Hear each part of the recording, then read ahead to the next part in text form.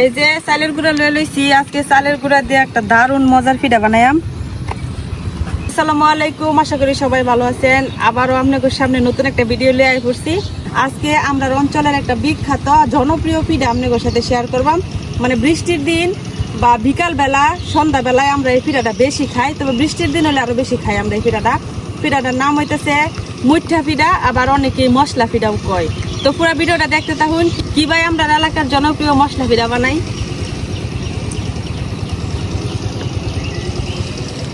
চালের থেকে দেখেন পানি পড়তেছে, কিছুক্ষণ আগেও বৃষ্টি আসছিল, বৃষ্টি দেখে আইছিলাম, এখন বৃষ্টি কমে গেছে, আকাশ নীল হয়ে গেছে।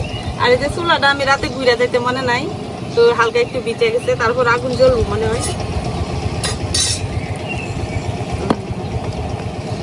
যেহেতু এই পিঠাটার নাম মশলা পিঠা, এনে কিন্তু আমরা সব ধরনের মশলাই ইউজ করবাম।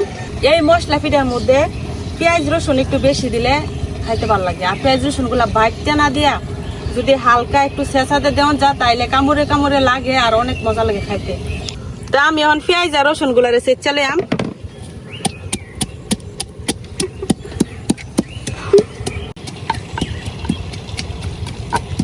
হালকা ভাঙ্গা ভাঙ্গা করা মাটি, একদম চেষ্টাম না।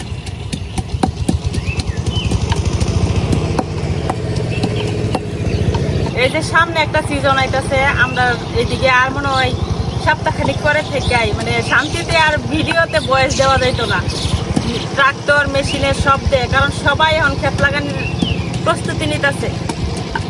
তো এই যে আমার পেঁয়াজ আর রসুন কিন্তু চেঁচা হয়ে গেছে।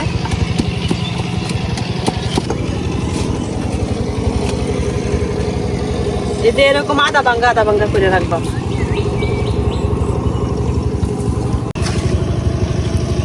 এই পিঠাটা বানানি একদম সহজ। তো এখন আমি যে চালের গুঁড়া লইয়ে নিতেছি,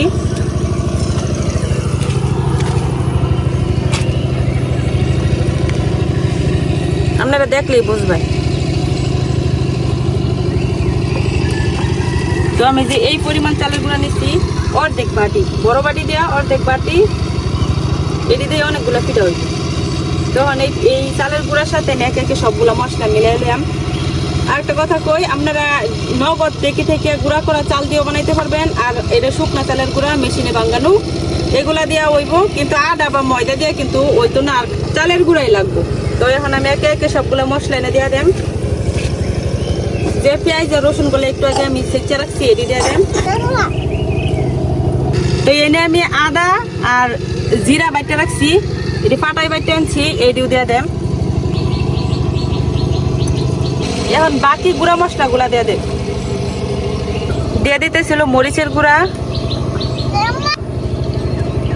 দিয়ে দিতেছি হলুদের গুঁড়া,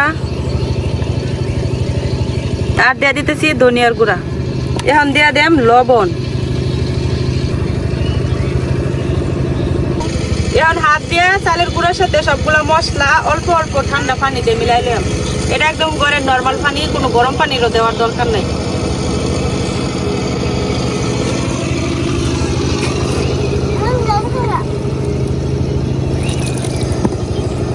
অল্প অল্প পানি দিয়ে একটা শক্ত কাই করবাম।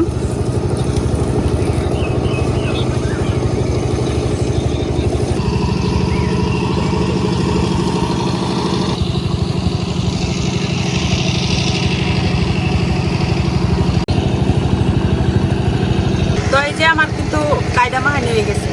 এই যে কায়দা ঠিক এরকম হইব। এই যে আমি আপনারা বোঝার সুবিধার লেগে দেখাই, যেরকম আমি হাত দিয়ে চাপ দিলে যে কোনো শেপ করা যাবে, কিন্তু ভাঙতো না, আবার একদম নরমও না। তো আমার কাই করা হয়ে গেছে, এখন আমি চুলাটা ধরাইলাম।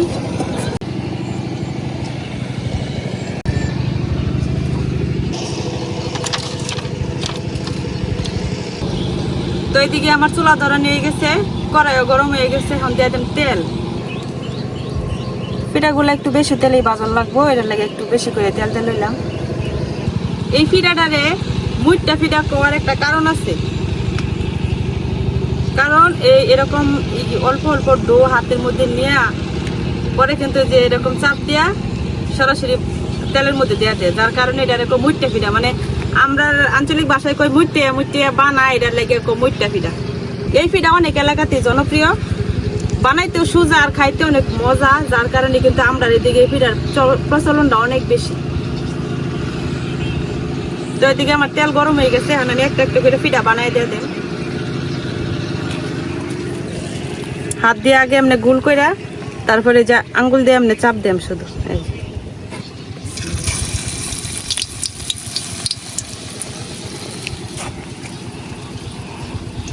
একদম সোজা, কিন্তু খাইতে যে মজা অসম্ভব। যারা যারা এই পিঠা খাইছে তারাই একমাত্র কইতে পারবো যেটা কিরকম স্বাদ। আগে কুরবানির গরুর তেল বা খাসি কুরবানি দিও বা গরু কুরবানি দিও, এইগুলার চর্বি কিন্তু গলায়া তারপরে এই সংরক্ষণ করে রাখা দিত, এরকম শক্ত হয়ে থাকতো। পরে এই চর্বি দিয়ে আমরা এই পিঠা ভাজা খাইতাম। আবার এই চর্বি দিয়ে শীতকালে এলো সকালবেলা বেগুন ভাজি করে খাইতে অনেক মজা লাগতো।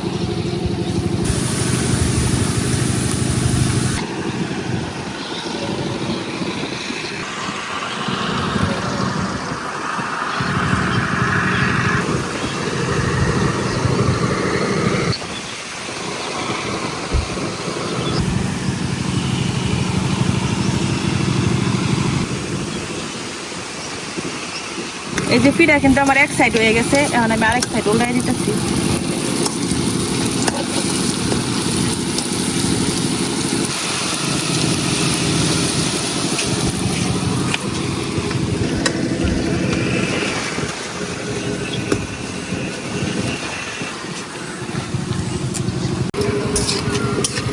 এই যে আমার পিঠা কিন্তু হয়ে গেছে গা, এখন উঠাইলাম।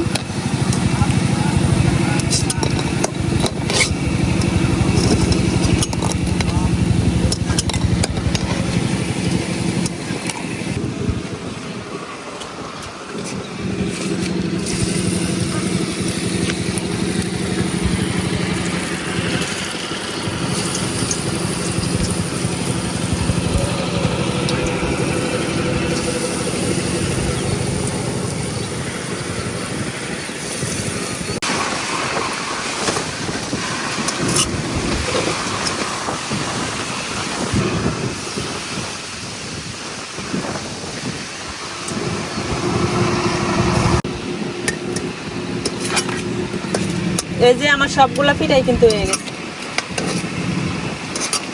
তো এই যে এখন আমি একটা পিঠা আপনি করে ভাঙ্গা দেখাই। আর এই যে দেখেন সাউন্ড শুনে বোঝা যাবে যে উপরেরটা কেমন ক্রিস্পি হয়, আর ভাঙলে এই যে ভিতরেটা দেখেন নরম আর বাইরেটা একদম মসমসা। বিসমিল্লাহ।